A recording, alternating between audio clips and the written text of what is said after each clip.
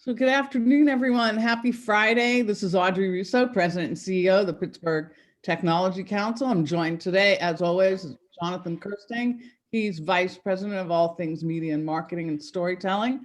He actually helped launch a new microsite called Get PGH, and we're telling lots of stories there. So today is a great day as well. Like, we've been really working hard to make sure that we're providing relevance to all of you as you're home and or wherever you may be as you're joining us. And I will introduce our guests in one moment. I want to give a shout out and a deep appreciation to Huntington Bank, partners of ours for a long time, really heavily involved in the business community. We're very, very active at the onset of the pandemic. And if there's another inflection point in terms of PPP, we know that we're going to have a lot of activity in supporting our members during that period of time as well.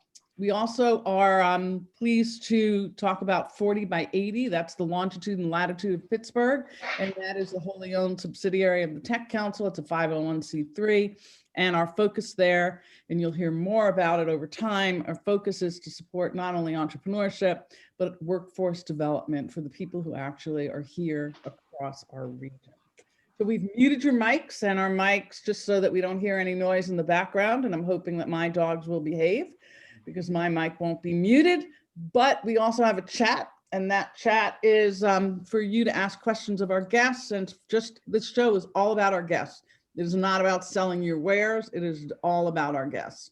So if you can adhere to that, we're going to have some fun. And I'm thrilled that I can jump in right now and introduce two people. We have Chancellor Kevin Snider from Penn State, New Kensington, and Devin Montgomery, founder and CEO of Protohaven. So welcome both. And we're going to start right with Chancellor Snider. He is a busy man, and I'm very thrilled that he's taken the time to be with us today. Welcome to the program. Thank you for all the work that we do. Before we start jumping in and talking about the Digital Foundry, let's talk about you. Introduce yourself. Let's talk about a little bit about your professional journey, how you got to what you're doing right now. And first question, I hope that you're doing well and that you're safe and sound. Thank you. I am, and I appreciate being asked to be on this show. It's great to be talking about something other than COVID. So really delighted to do that.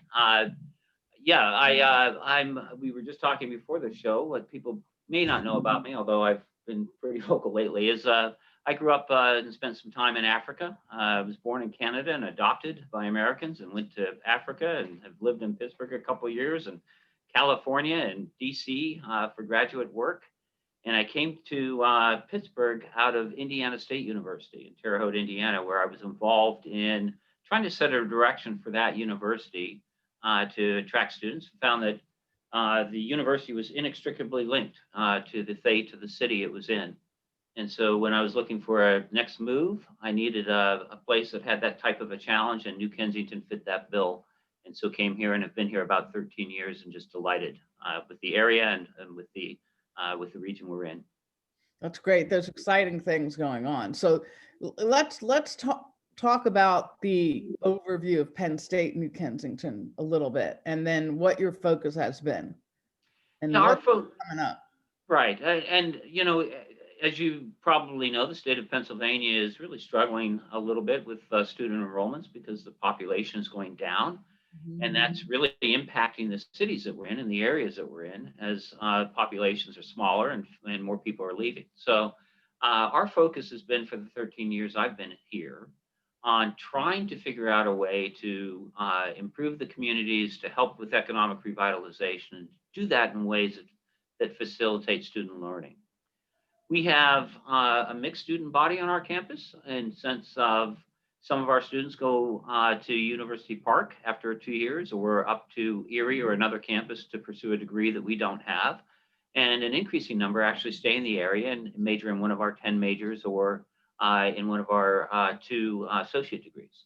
So we have a little bit of a mix of people. Most of our students are from the area, although we're starting to see a larger number of students coming from outside of the state to New Kensington to take advantage of the programs that we'll talk about in a moment. So let's talk about the Digital Foundry. You know, why, what? Yeah, it's actually part of a program that started with the Corner, which was a Penn State initiative to provide entrepreneurial training to students and community members who had ideas. And the idea would be by putting the Corner in New Kensington, could we spur economic revitalization by building an ecosystem, a place for co-working, a place for training, a place for makerspace. And so we got started with two pieces of that, the co-working and the entrepreneurial training to try and revitalize the downtown area. And that really has taken off, and it spawned a whole new way of thinking. We really realized that if all we did was bring people in and out of a corner in New Kensington, we weren't really going to do anything. So we started to think about how do we create walkable pathways in that city that people would feel comfortable doing, and how do we attract business? And we came up with the idea of a corridor of innovation, and that's when things took off. When we did that, we got research from Penn State, research from Carnegie Mellon, researchers who came in to ask what we were doing and were interested, but we also got big industry in the area, Siemens and Arconic for the most part, who said they were dealing with something called Industry 4.0. And that is really what started the Digital Foundry, and I'll explain why. The idea was when we got into Industry 4.0, we're not training our students in higher education or in K through 12, really for the world that's coming, right? We're training them for the world that has been. We need them to get into the world of smart cities and smart factories and smart devices where technology is going to be continually disruptive, and we're going to be thrust into digital environments and having to change. So we knew that we had to do some things differently, and we also knew we needed a makerspace. And so from an educational point of view, we knew we had to change everything that we were doing to try and get students ready for that world and get them into the digital environment. We would pitch that to RK Mellon, the RK Mellon Foundation, and they said, you know what, we like this. We know you need a makerspace. Let's get in as partners.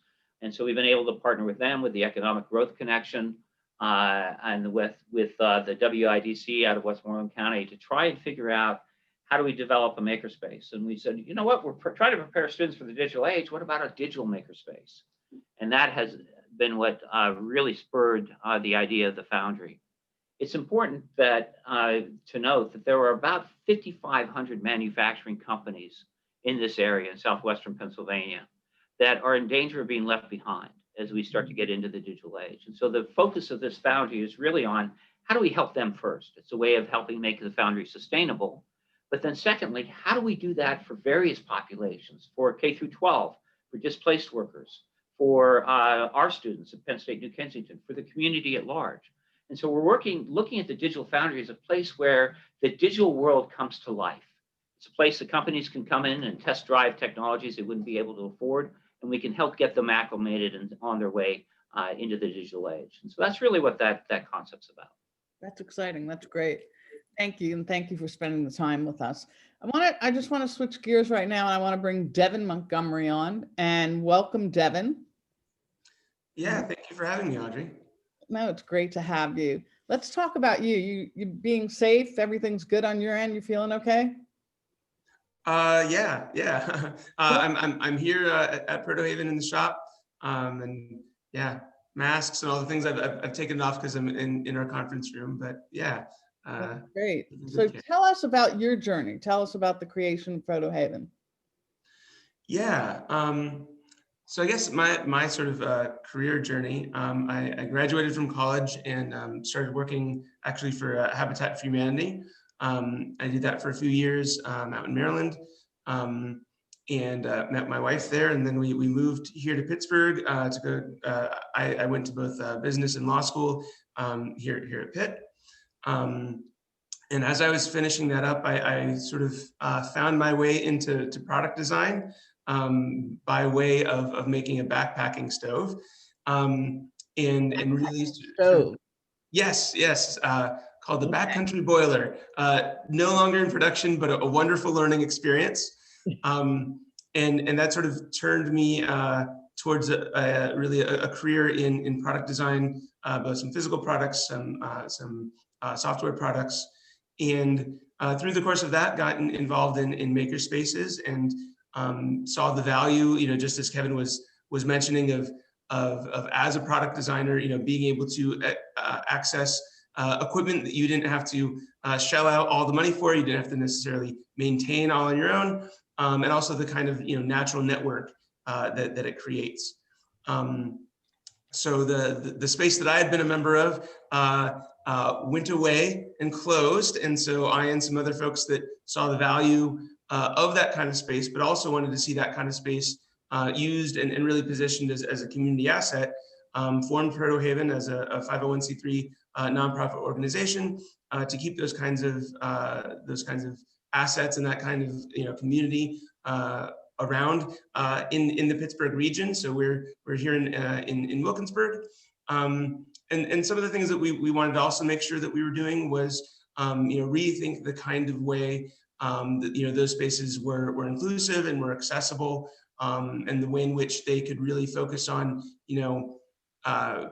I see makerspaces as lowering the barriers to entry to making physical products, or to pursuing something that has to do with physicality as a career, and making sure that we find out what those barriers are, whether it's a piece of equipment, whether it's education in terms of developing either equipment skills or through some of our partners' business skills that can help people either as a way of making a living, or just in terms of enriching their own lives, being able to make physical things. Because for me, it was something that I started doing relatively late or relatively recently in life.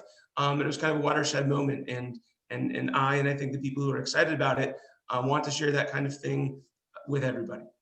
So you're in Wilkinsburg, and you were able to secure equipment from Tech Shop, which is what Devin was referring to, that is no longer in Pittsburgh. So you were able to get their equipment? Yeah, so we started, when we started, we were all volunteers and members. So we started without a space. We started with just a bunch of people who liked to make things and wanted to do something. So we pretty quickly were able to get one room in what is now our the building that we have. And then after that, we were able to, through a loan, secure that equipment at quite a good price. So we really started out with memberships in terms of financial support, volunteers in terms of the day-to-day running of it. We were able to then grow, expand to our full building with some grant funding from the Henry L. Hillman Foundation. They've also provided, or the Hillman Foundation has provided some follow-up capacity building opportunities so that we could have a professional staff and start to do some of the things that we wanted to do. So tell us a little bit about the kind of equipment that you actually have. Yeah, absolutely.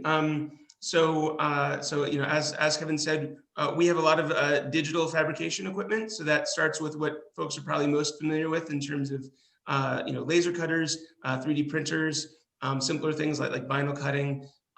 We have larger pieces of equipment, so things like a CNC router, CNC plasma cutter. We just got a large format, larger laser cutter as well, CNC mills, things like that on the digital side. But we also have a fair amount of sort of more analog, traditional fabrication equipment, from a welding area, a full metal shop and wood shop.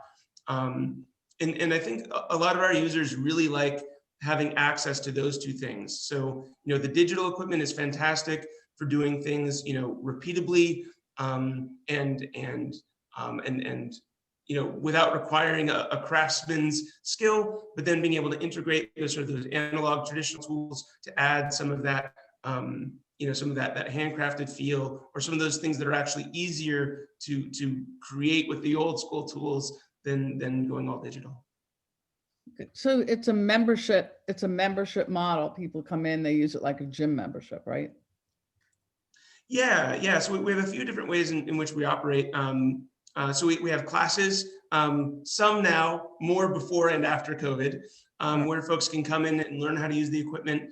Then when folks are up to a certain degree of comfort, they can become members and sort of use it, on their own. We also do a number of community projects.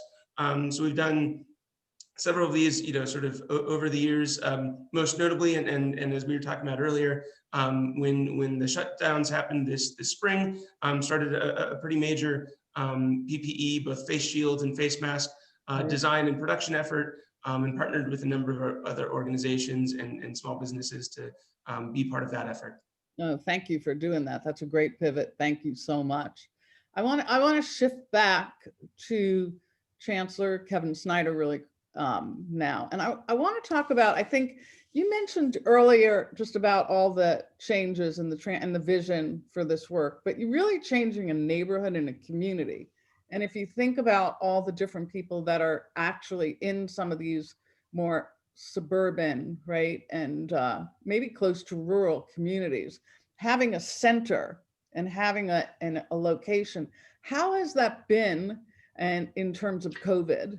And are you still seeing the excitement and proliferation of investment? Absolutely. I think, you know, one of the only benefits of COVID has been that, if you can call it that, has been the realization of people that we are in the digital age. I mean, what we're doing right now is digital age, right? It's changing the way that you're having to lead. It's changing the way that you're having to connect with people. It's changing it the way that we do our business. And so we had a lot of trouble earlier trying to convince people that A, disruption was going to be a thing in our lives, and B, that disruption would have to do with technology.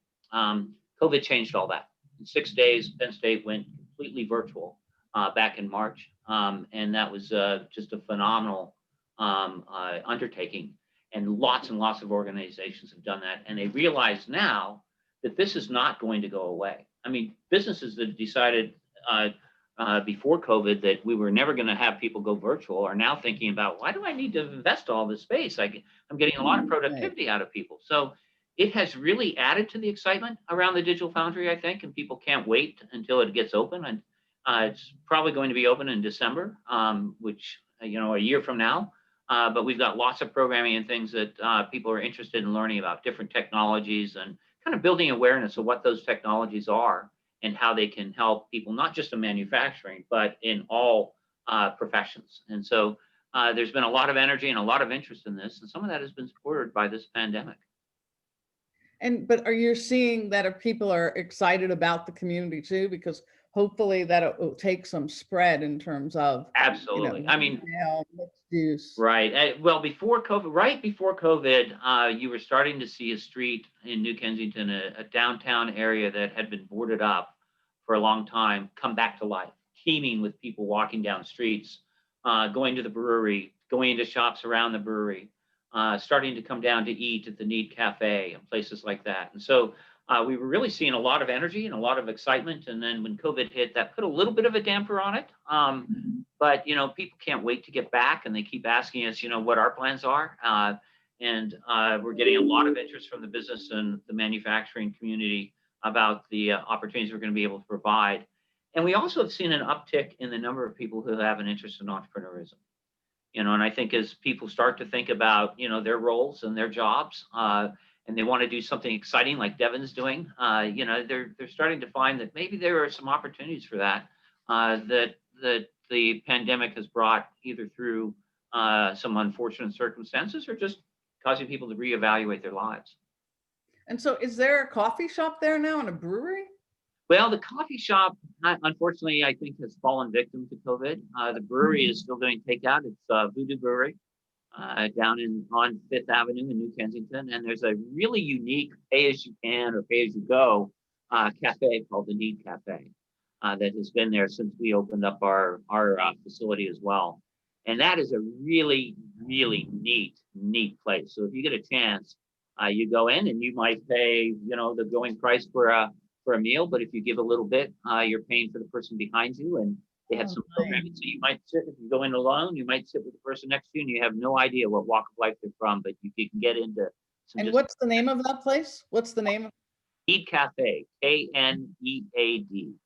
That's great. That's great. And so, Devin, what about in Wilkinsburg? What are you seeing in Wilkinsburg now that you have your footprint there, even though it's been COVID? Yeah, trying to think.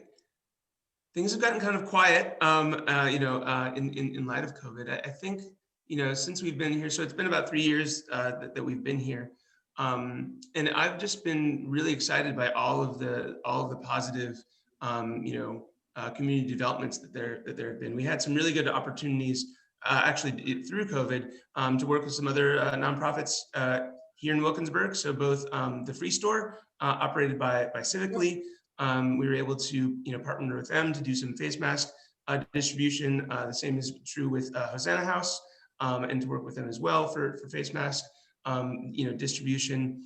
I don't know. I just think there are a lot of really exciting things going on, broadly in terms of the development of the borough, as well as some other organizations that are working here. I know that when we first started here, it was a little bit after Community Forge, which is a sort of a community center that is operated out of a former elementary school here in town. We were able to do some work with them, and from a maker's point of view, which is a thing that I think about a lot. Knott's Land has just moved onto the other side of Trenton Avenue where we are, so we're really excited about that. So one thing that was true in terms of what we were looking for in a space is, we wanted a shop. We sort of wanted a big space where folks could do big projects. So we're in sort of this light industrial area. But what's interesting is even in that industrial area, right across the street from us, there's it's not CrossFit, but it's sort of broadly similar to a CrossFit gym. And just, being part of, I think the exciting things that are going on in the borough has been a really, fun thing to be a part of. I know that, there's a farmer's market right down the street from us as well, that will hopefully return, in the spring. And I think if there's a thing that I'm looking forward to, I'm looking forward to this vaccine, right? And it being broadly distributed, so that we can get back to making some of these physical communities as nice as these digital relationships are. Right. That's great. It's great that you've taken a chance on this and you've pivoted yourself. So you're a great role model for any of your members and people who want to participate. So Chancellor, in terms, we want to get youth excited about all this, right? In terms of the intersection of art and technology and digital design and making things, et cetera. What opportunities are there for people who are outside, not ready, that are in college, but before that? Well, and actually, we've been involved with something called ABC Create, which is a consortium of 14 school districts that we started years ago to think about just that. It's a collaboration with CMU. And what we decided to do was to try and take those excited advocates for technology and creative endeavors and have them develop a network so we could, for the region, develop that type of thinking cross grades across school districts. Because these school districts are small. So you might have a real advocate, someone who's really excited about technology and creativity in third grade, and then maybe people are interested in other things and not really portraying that to students. They've developed pathways that basically get at this type of thinking. And it's not just for college bound students, it's for any student who's coming out of high school right now. They need to know about the opportunities and the skill sets and the thinking that has to go into surviving during the digital age. And so that's really what we've been trying to develop. And it just has been a great fit now into what we're calling future readiness thinking. And so, as soon as they come into our campus, we'll have an opportunity to integrate and to be interns and deal with companies and find out about technology and use it regardless of the major that they're in. And I think that is so important. So there are lots of opportunities to get engaged. There's also lots of opportunities for community members to get engaged. And I think, that's another thing. No matter what, where you are, if you are a displaced worker or if you are in the workforce now, the odds are that you're going to be asked to retrain. And some of that training will come around technology and digitization. So we think we can serve that role and serve it well, not just for our community, but because it's digital, we want to be able to be a model for communities around Pittsburgh. Pittsburgh's really revitalized on technology and revitalization, and it's the Pittsburgh Technology Council, right? So can we take that and start to get it into communities like New Kensington and Monaca and McKeesport and places like that? That's really what we want to do. And by the way, Devin, I am delighted. I'm really jazzed to hear that you have taken the tech shop and put it where you are. I'm just, that place was amazing. I can't wait to come over and see your place and see if we might be able to collaborate as well. Right. I would think the two of you could together would create some additional magic because of your commitment to economic development as well as access to makerspace. And Yeah, that's likewise, yeah. Kevin. I look forward to it. Yeah, I just think that's the great thing about this, Audrey, is this community of people who think like this, that are excited and interested in kind of breaking down barriers and helping communities. And Pittsburgh's just full of them. And Yeah. so developing that network has been just probably one of the most exciting things about this whole project to me. So, Devin, I can't wait. That's great. So Devin, what about in your space? What about your for youth? Are they able to be members? Do you have an age limit? Yeah, so that's a good question. You know, for us, again, before the pandemic, we sort of had two spaces in our space. We have what we call the studio, which is our all ages area. And it does have things like the laser cutters, well, like the smaller laser cutters, like the 3D printers, like a graphics area and textiles and things like that. And that's an all ages space. We do currently ask, kids when they come to, either, come with parents or as part of some, school or other, other educational program. I think a lot of what we started to do recently, and some of this has happened, during the pandemic, is, an important thing for us that we really think about a lot is, we are obviously not all making in Pittsburgh, right? And so we think a lot about the other, organizations and the other programs that focus on making for kids.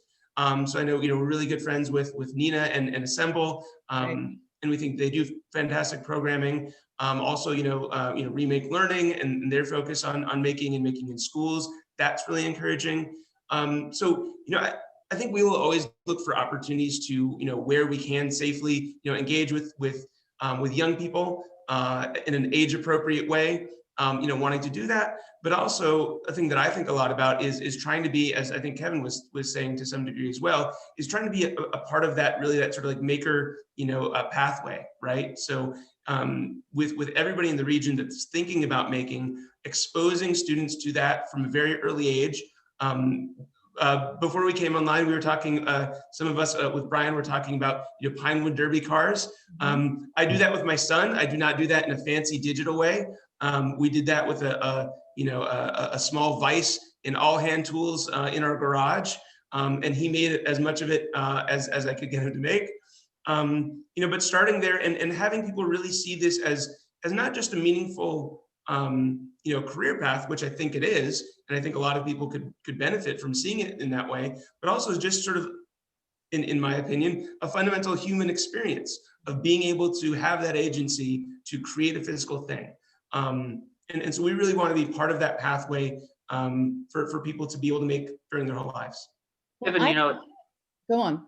I'm sorry. I was just going to say that to me, what Industry 4.0 has shown in the digital age is that entrepreneurism is not an endeavor anymore. It's a way of thinking, and that way of thinking is really important, even to big companies. And that's what got us started on the Digital Foundry.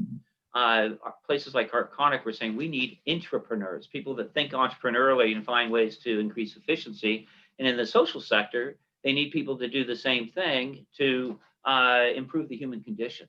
And so that type of activity that you're talking about, that creativity and the application of creative problem solving in new and innovative ways, I think is going to be very, very important, not only to the businesses that are around us, but also to individuals as they try to negotiate and navigate a different pathway through professional careers. Well, I have like an internal hypothesis that says some of the best people to work with are ones who make things. Yeah. Whether they do that in their garage, whether they're working on a car, no matter what it may be, that those people who either tinker or actually bold out, make stuff, even if it's like the loom. What happened to the loom, Devin? Did that go with you from Tech Shop? They had a massive loom. Oh, I was going to say, I think Andrew Carnegie's first job as a child was with the thing that replaced the loom in terms of industry, but we did not get the loom, unfortunately.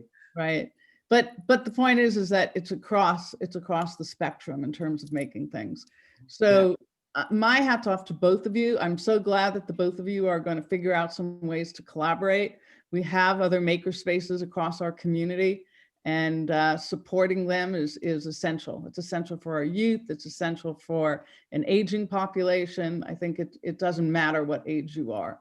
So my hat's off to both of you for having the passion, for Devin, for making pivots in your own professional career and being committed to developing what you're doing now in Wilkinsburg. And Chancellor Snider, thank you so much for being with us. You have a lot of passion. And I know that it's going to be very successful when we have a vaccine and we're all back together and we can visit, we can hang out. Jonathan will ride his bike and see you, and we'll be making stuff. I'm going to learn to weld, Audrey, and do some blacksmithing. That's what I want to do. Nice. Nice. So I want to thank everyone for joining us, and we're together again next week for a few days. Anything, what's in the hopper, Jonathan, for next Audrey, week? we have a fantastic business as usual on Monday. You cannot miss this. We have Paul Manga, who's leading up Operation Warp Speed, giving us Oh, right. the vaccine, its distribution. This is a must-see business as usual. Well, this was a must-see as well. So I'm Absolutely. glad all of you have joined us, and be safe and have a happy holiday if I don't talk to Devin or to Chancellor. So thank you so much for joining us, and Thank have you. a great weekend, everyone. You too. Thanks very much. You guys. Thank you all.